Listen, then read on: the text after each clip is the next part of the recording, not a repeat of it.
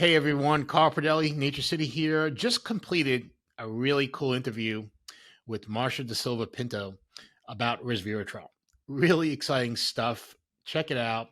You don't have to take nearly as much resveratrol as you may have heard to get an incredible list of benefits. We're talking about bone health, cognitive function, brain health, cardiovascular health, skin health, quality of life improvements. Big list, and Marcia really explains why. Check it all out. Hello, everyone, and welcome to this week's episode of the Nature City Podcast. I'm your host, Carl Pradelli, and I'm also the CEO and co-founder of Nature City, having started the company over 20 years ago with my wife, Beth. And since then, it's been our pleasure to have served over 500,000 Americans by offering them the best supplements we can make. We have a really fun episode today. We're going to be talking about one of the most popular supplement ingredients, which is resveratrol. And even more importantly, we're going to be talking about what I feel is the premier supplement ingredient or source of resveratrol, which is called Veri-te.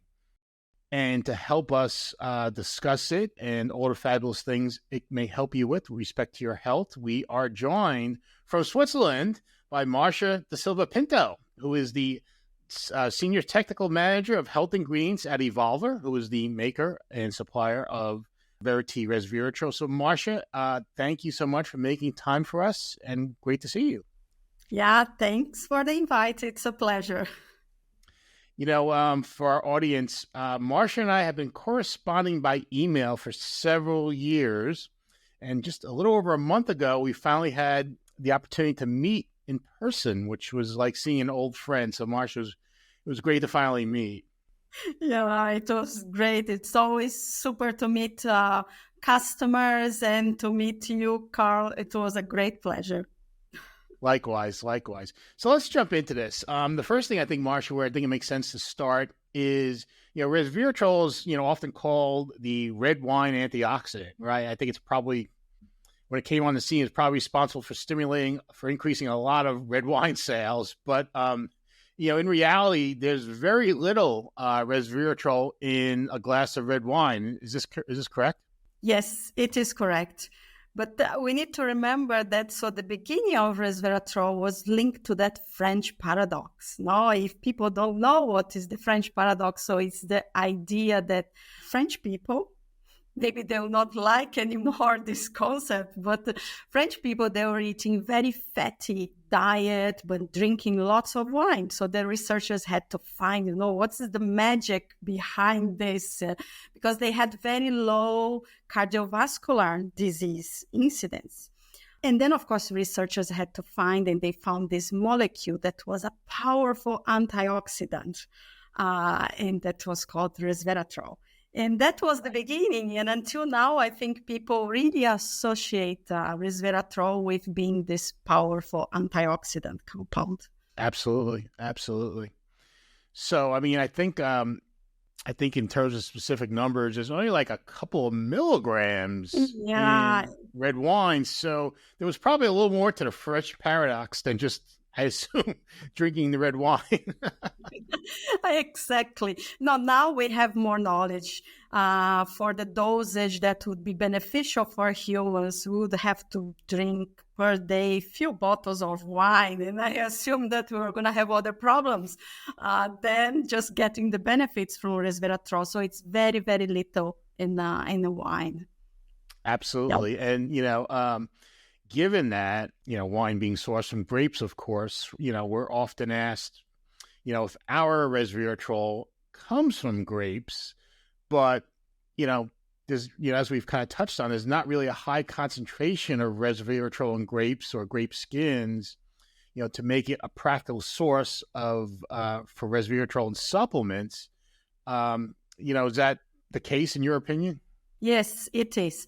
So you have few sources in the market. So the grape seed extract that many people say, it's a source of resveratrol. But in fact, so the concentration of resveratrol, it's around 2%. Actually, what you have in these grape extracts mostly are other compounds, because you have maximum 2%. There are many different other compounds, like, for example, the OPC, so the proanthocyanidins, and these are completely different from resveratrol.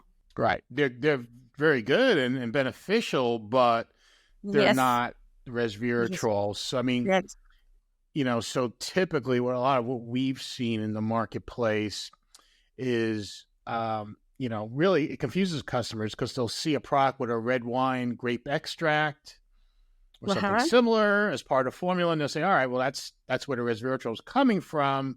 But we generally know if you have any type of, substantive quantity of resveratrol in your formula, that's probably not the source of resveratrol. It has to be coming from something else. I mean, is that what you've seen too?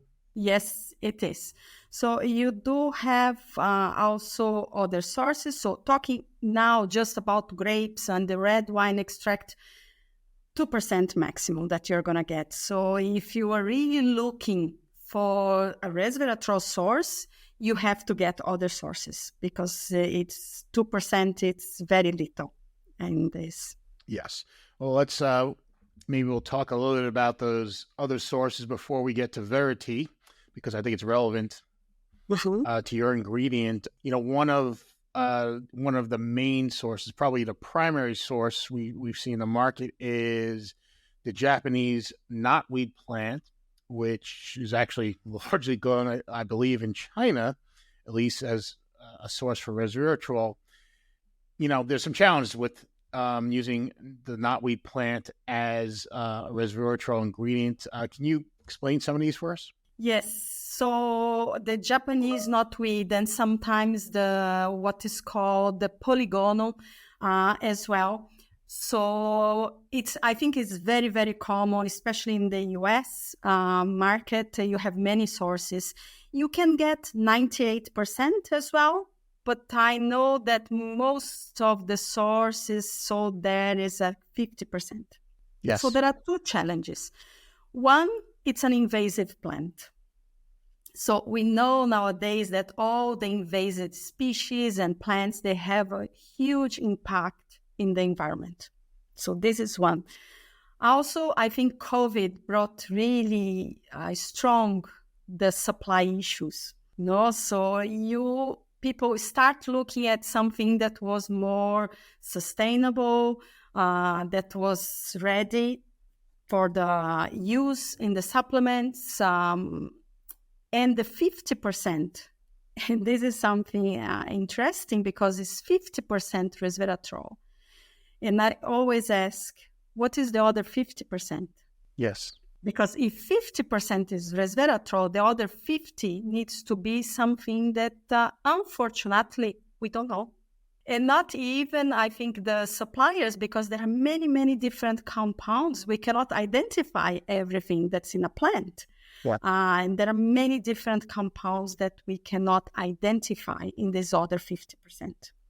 So we need to take into account that the 50% stopped somehow in the purification process. And this is an issue that we see with this product. Yeah, no, I mean, specifically, one of the compounds that's frequently in that other 50%, or even in higher, even in extracts of, higher purity, I guess, is, the emodin, which is, I guess, an anthraquinone. We were familiar at Nature City with emodin because one of our, founding products was some aloe vera products, and you find emodin and aloe and some other anthraquinones in aloe vera, and we're very careful to exclude those from what we put in the supplement, what's in our products, because they can cause, and they, gastrointestinal distress. Yes. They can have strong laxative properties, and basically, so that's why sometimes you'd hear people, they don't tolerate resveratrol very well. And it's probably likely, in most cases, I mean, there's always people who have sensitivities to anything, but in most cases, I think we found that the challenge was emodin or some of these other impurities, which were really causing, their stomach upset or whatever, not the resveratrol. So, I don't know if you guys have had any experience with that too. Yes, so you're right, even the 98%, so we always need to ask, so what are the other 2% that you have, no? And we know that many sources, if you think about, particularly now that we're discussing Japanese knotweed, it's a plant, needs to grow somewhere. The soil, the water that's used, everything is very important because this all be present in the plant. And then the extraction, not always you can guarantee that you can remove the impurities. And one of them, for example, emodin or the PAHs, the polyaromatic hydrocarbons, Yes. as well, that they are not healthy. So I think it's very important always to question, even though you think 98%, 50%. So what is the rest? That's a great point. Because, I mean, just to put it in context, maybe a little bit for our audience, 98% sounds high, but what's in that 2%? To give you an example, Marcia, like in the aloe vera world, the standard is you want to be below 10 parts per million of emodin, aloe, all those, interquinone compounds. 10 parts per million is not a lot, right? So, I mean, certainly, even though you hear 98%, that 2% still could be problematic, right? Yes, it's Absolutely. can be. So you kind of addressed a lot of this with Veri-te in terms of the impurities, as well as a sustainable source of resveratrol. Let's talk a little bit about the Veri-te Resveratrol, and why you think it's a better option for supplementing pure resveratrol without unwanted effects.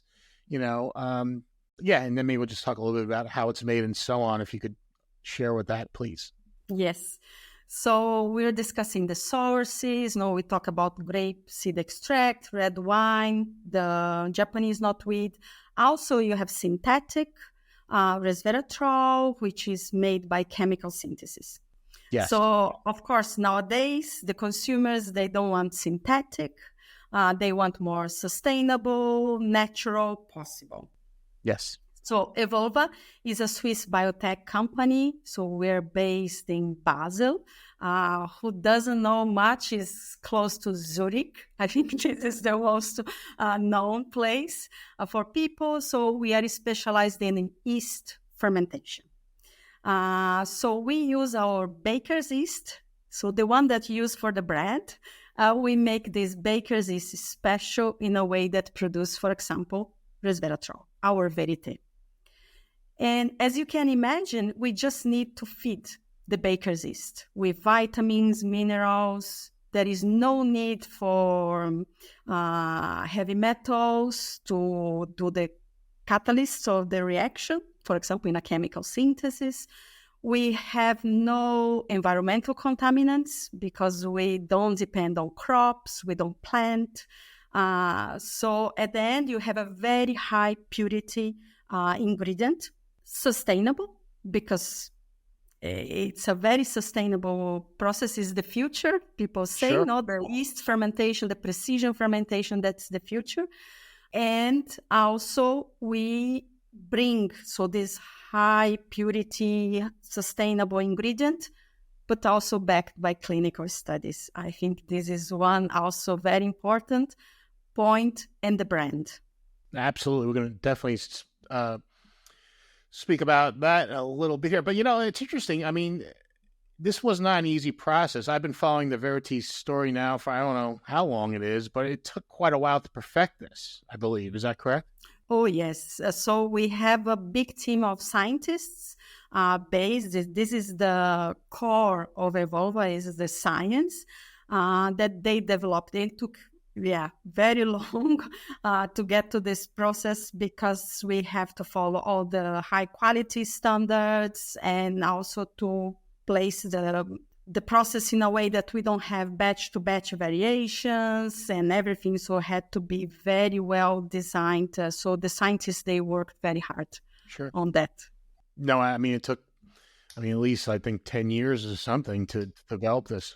So it was not like an easy No. easy thing to accomplish. So as you mentioned, you've coupled what's really a great fermentation process for producing pure and natural resveratrol with big investments in research and scientific studies. But before we even get into those, maybe if you give the audience a quick overview of what resveratrol really does in the body, what makes it special, why is it something they should consider supplementing in terms of some of the actions, how it supports our health. Yeah. So I think we start talking a little bit about this powerful antioxidant. And I said, okay, there is much beyond this. And this is how we really see the science evolving. And we need to follow. And this is something also at the core of our research here, because we are evolving the knowledge. And we know that today, resveratrol, yes, it's still a powerful antioxidant, but you have many other mechanisms. For example, activating SIRT1, the sirtuin. And the sirtuins became very popular because this is related to the longevity. So SIRT1 is the longevity gene. Resveratrol is considered one of the most potent SIRT1 activators. Okay, so beyond antioxidants, you have a very potent activation of SIRT1. And then is a vasoactivator. So it improves blood flow to the brain, to the body. Very important. Yes.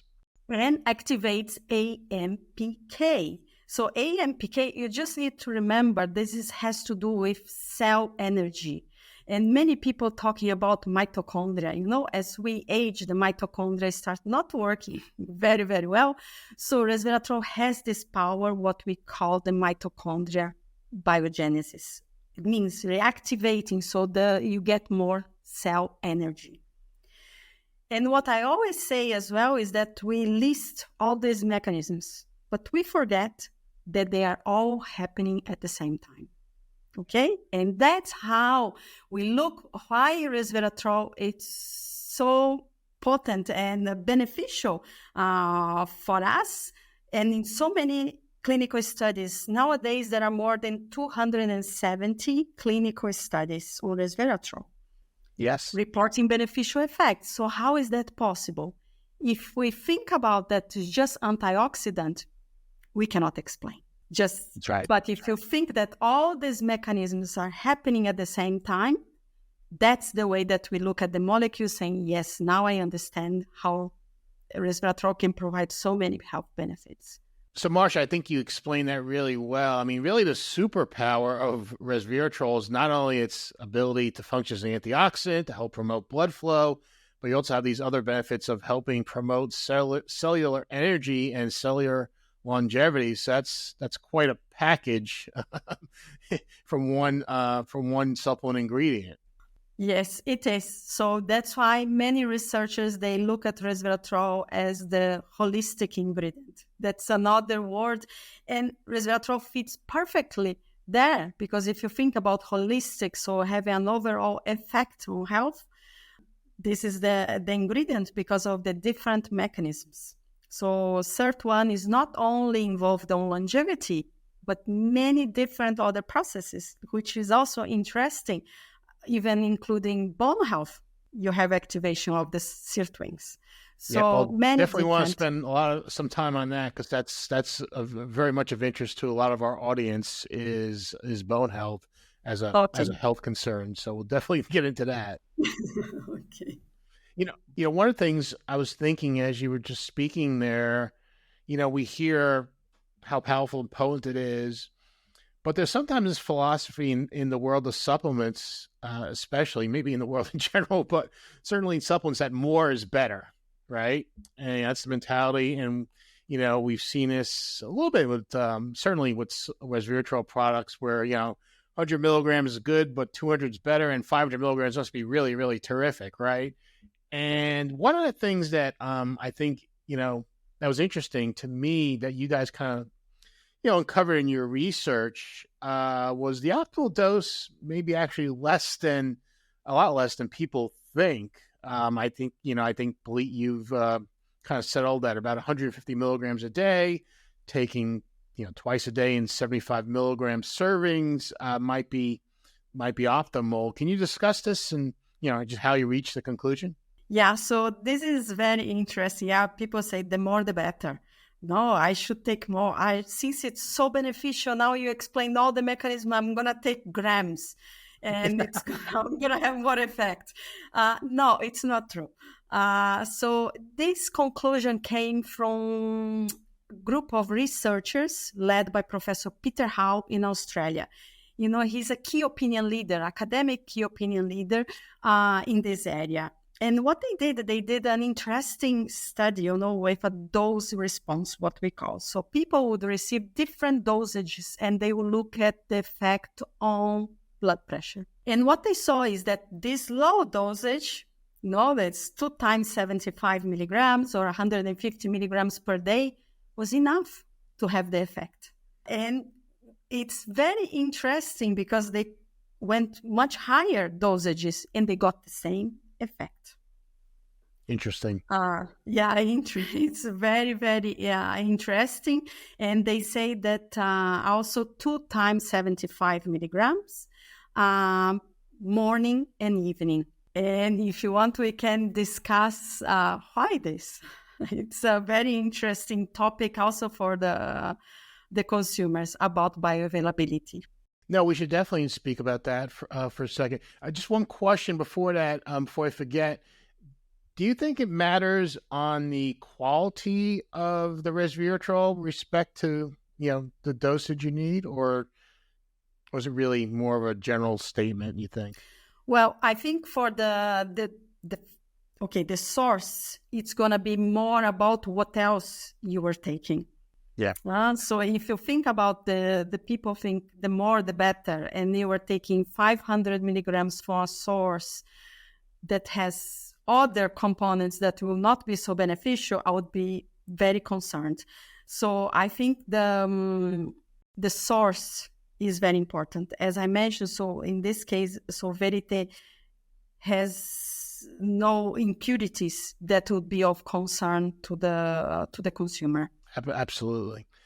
So I know you touched on it, but very important topic for those interested in resveratrol is the bioavailability and why it's important to break it up into multiple servings. Can you explain that a little bit for us? Yes.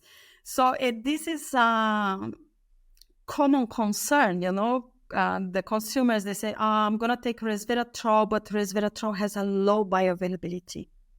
So one reason for taking more, it's because they think if I take more, I absorb more. No. And the second is because it has a low bioavailability. And this is a really misunderstanding that was in the past when people look into bioavailability. I always say that as the pharma concept. You take resveratrol and you look at the blood, you need to find resveratrol. The problem is that resveratrol is metabolized to other compounds.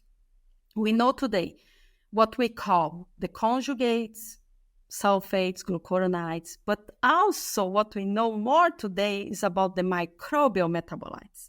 So resveratrol is also metabolized by the gut microbiota. And what happens is all these metabolites, they are also circulating in the blood.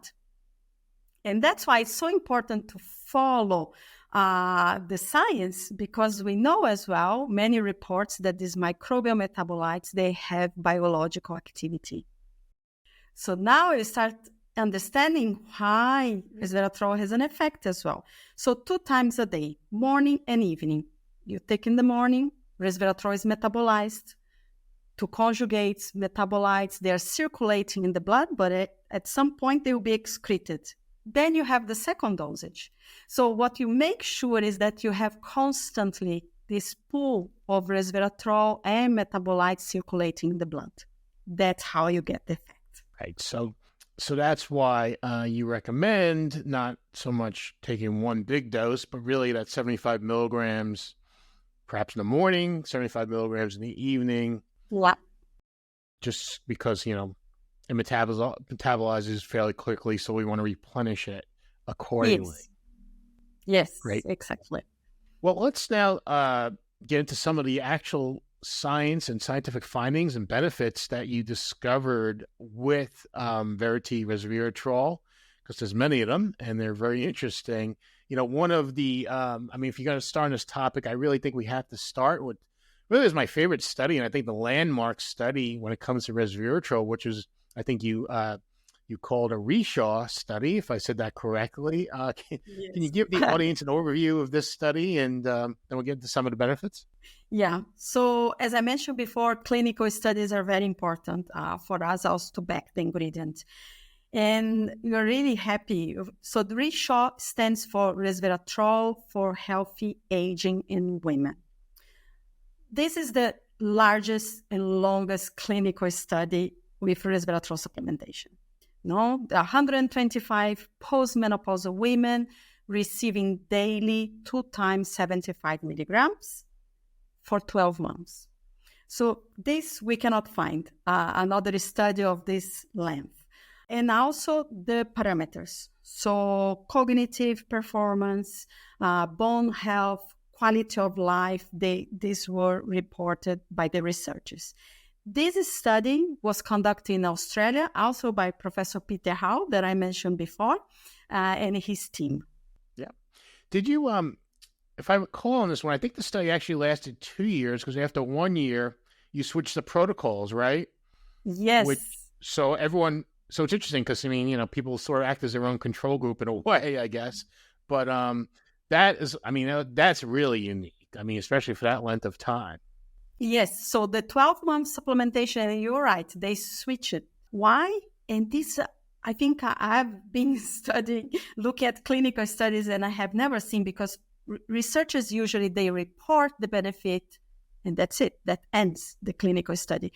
What they want to see is if these benefits, they were sustained for the 12 months. So, and this is really unique because they could see that actually all these benefits that these women gained during these 12 months were not just lost and back to zero. So it was really, really interesting, this. Absolutely. And just for the men listening, don't worry. Marcia and her team, they've also done a lot of research for men too. So we're not leaving. It's not exclusively women. But, one of the most interesting findings with Veri-te, and I think in the Reshaw study specifically, as well as some others, was the ability that was shown with Veri-te to help slow down, bone density loss, among other bone health benefits. And actually, this was actually done in a couple of studies, both involving men and women, but in Reshaw's women, of course. As I mentioned earlier, bone health is a important, health concern for a lot of our audience. And so I follow developments in bone health pretty closely. I'm not sure I'd seen anyone prior to Veri-te showing a benefit of resveratrol on bone health before you guys. Is that right? Not for this length of study, no. So this not is humans. A long. Yeah, because it's 12 months, supplement. Of course, bone health is something that you need a longer time to see an effect. It's not something that's going to be in a short study that you'll be able to see. And it's very interesting that during the Reshaw study, so one of the main challenges with postmenopausal women is because of the estrogen levels, they drop. And of course, because of this, they starting having higher risk of fracture. And what the researchers saw is that this risk of fracture decreased and also improved the bone mineral density. And as you mentioned, we also did some studies with men. So not only women benefit from resveratrol, but also men had important outcomes for the bone health, particularly bone mineral density. Yes. Interesting. So essentially, we're able to, like I said, slow down bone density loss, but also strengthen bones, which is really ultimately what you want, right? Yes. The bone density is great, but if you have weak bones, that's not so great, right? Yeah, exactly. And what the researchers from the Reshaw study also saw was that, so resveratrol is a phytoestrogen. no?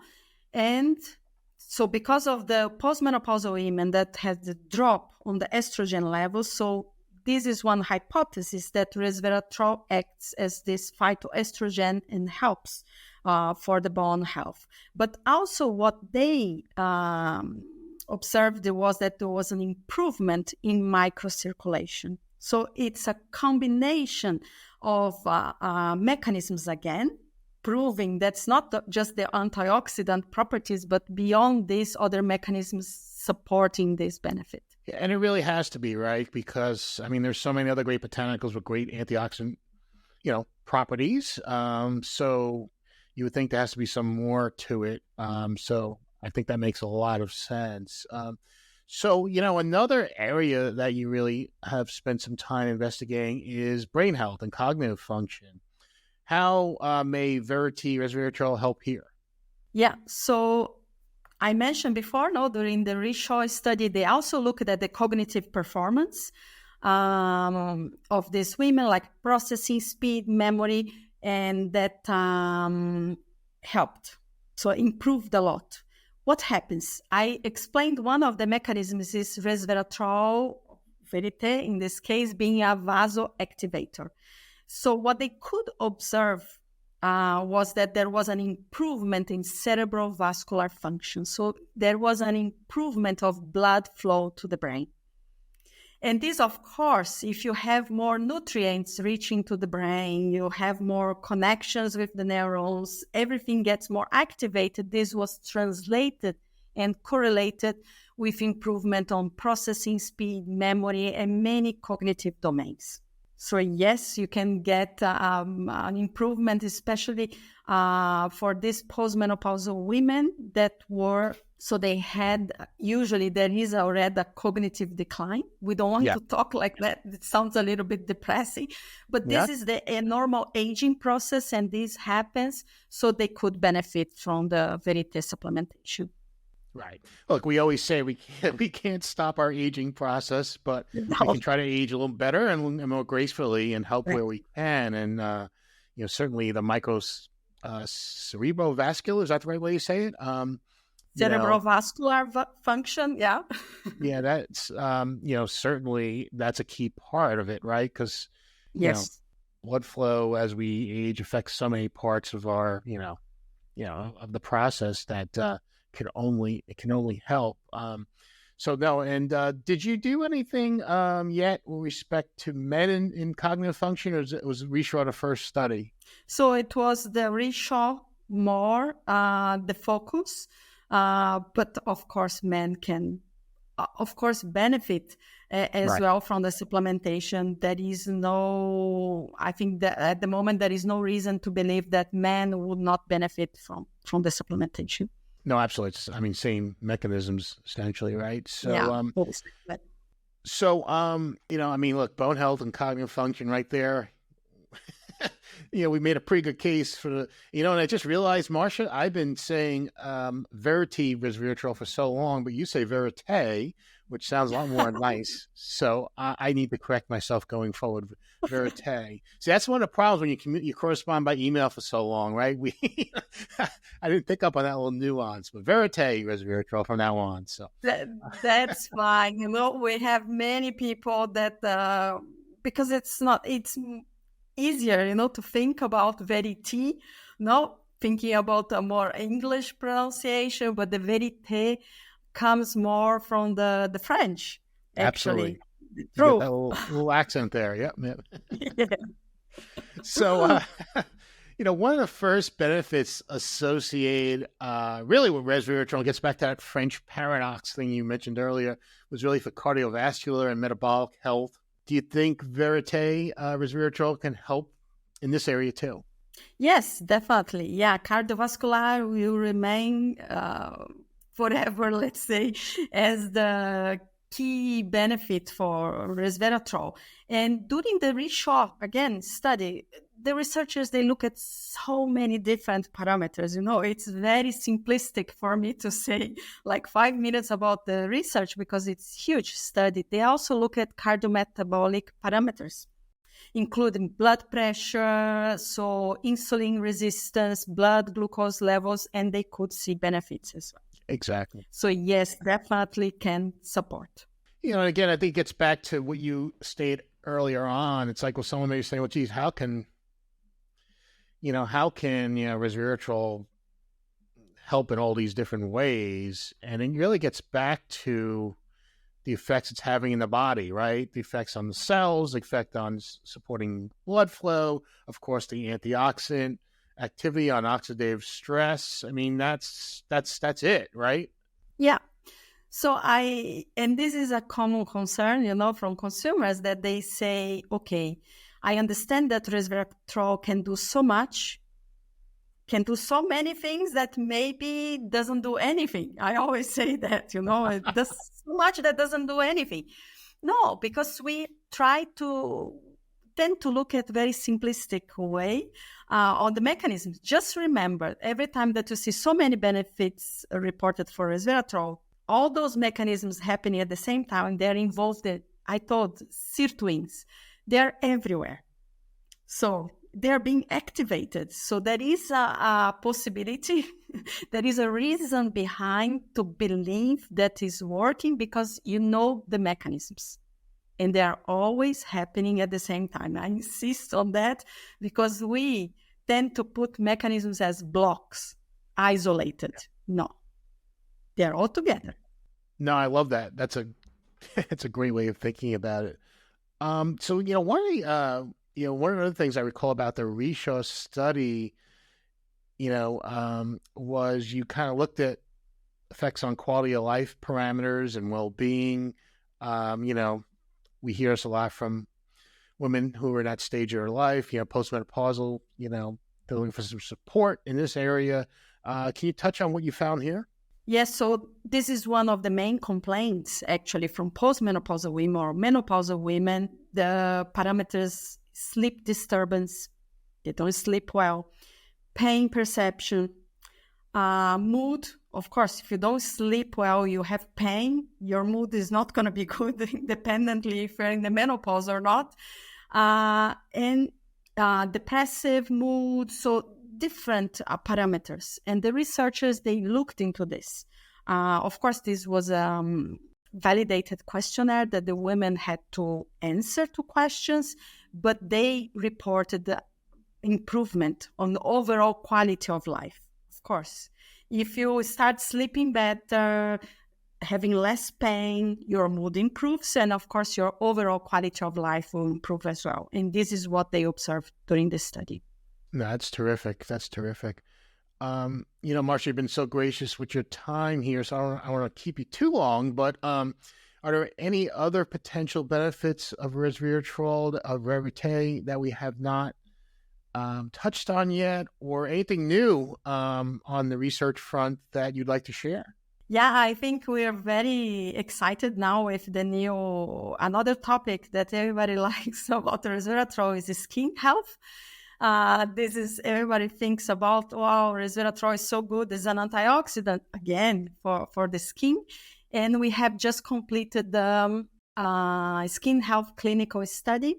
Actually, we showcase a little bit about a concept during Supply Side West in Vegas last October.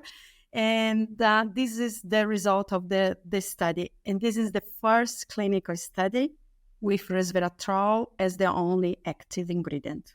So we did this search in the literature to look for different studies, and we saw that resveratrol was always combined with other actives. So we decided to run one to really prove that resveratrol is potent for this skin health. And I mean by beauty from within, so the ingestible, and the cream, a topical application, and we could see an effect. So this is very exciting and new. So that's incredibly exciting. That's great news. So did you look at ingestible by itself and then ingestible combined with topical application of Veri-te? Is that what you did? Or? Yes, we did a big study, actually 140 women. Wow. Yeah, that was a big one, 40 plus. and we look at the different groups. So actually, we split them in 4 groups. So there were people that were taking active capsules, active cream. We had a placebo as well, and the combination of the two. But most importantly, all of them received capsules and cream. So they didn't know what they were receiving because we need to make sure that the compliance to the study was okay. There was no bias or anything. So yeah, Terrific. All of them received capsules and cream. Yeah, and it was very exciting. Yes. And did you stick with your 75 milligrams twice a day type of protocol? Yes, we did follow this for the beauty from within. Yeah, the capsules, they contain and the participants had to take the capsule in the morning and in the evening, apply the cream in the morning and in the evening. So yes, we followed what we observed before in the research. That's great. I'm not sure how much you could share, given I'm not sure if it's published yet, but I assume you looked at things like skin moisturization and maybe appearance of wrinkles and that type of thing. Yes. Is that Worse, some of the benefits? Yes. Yeah, and skin pigmentation, but more to come. Yes, we haven't published yet, but we have shown a little bit, during Supply Side West. So I think I can talk a little bit about this. So wrinkles, elasticity, and the skin pigmentation. Mm-hmm. That's great. That's terrific news. Hey, wow, bones, brain health, cardiovascular and metabolic health, quality of life, and now skin. That's quite the list. Did we have we missed anything about Veri-te that maybe that maybe we have not discussed that you'd like to share? Oh, we could stay hours and hours here. True. I think for now, yes, the main benefits we have discussed, but there are many more, that could fit into Veri-te. Absolutely. And as you said, it's those multiple building blocks working together at the same time exactly. that deliver that. That's a great way to present it. So look, this has been fantastic, Marcia. Really appreciate you taking the time. As you know, we've in our True Resveratrol product, we took your advice and the research, based on the research, of course, too. And we have that 75 milligram serving size, which you take twice a day. Morning, evening would be ideal. You can find True Resveratrol at naturecity.com along with our other products. If you want to learn more about Veri-te, what's the website they should visit for Veri-te, Marcia? Veri-te Resveratrol.com. Great. So you can go to Veri-te Resveratrol.com, find True Resveratrol with the Veri-te at naturecity.com. So, Marcia, we obviously enjoy working very much with you and the rest of the team and the folks at Evolver, and really look forward to working together more in the future. So thank you so much for joining us. Yeah, thank you. And it's always a pleasure. Thank you. Absolutely. Likewise. So, folks, that's it for this week's episode. You can subscribe to the Nature City podcast on YouTube. You can also get us on your favorite streaming services, whether it be Spotify, Apple Podcasts, Google Podcasts. Also, I suggest you go to naturecity.com, sign up for our email list, because each week you'll be alerted when a new episode comes about, which really we feature on great things like you heard today about the latest and greatest findings in the supplement world. So this is Carl Pradelli, and I will see you next week.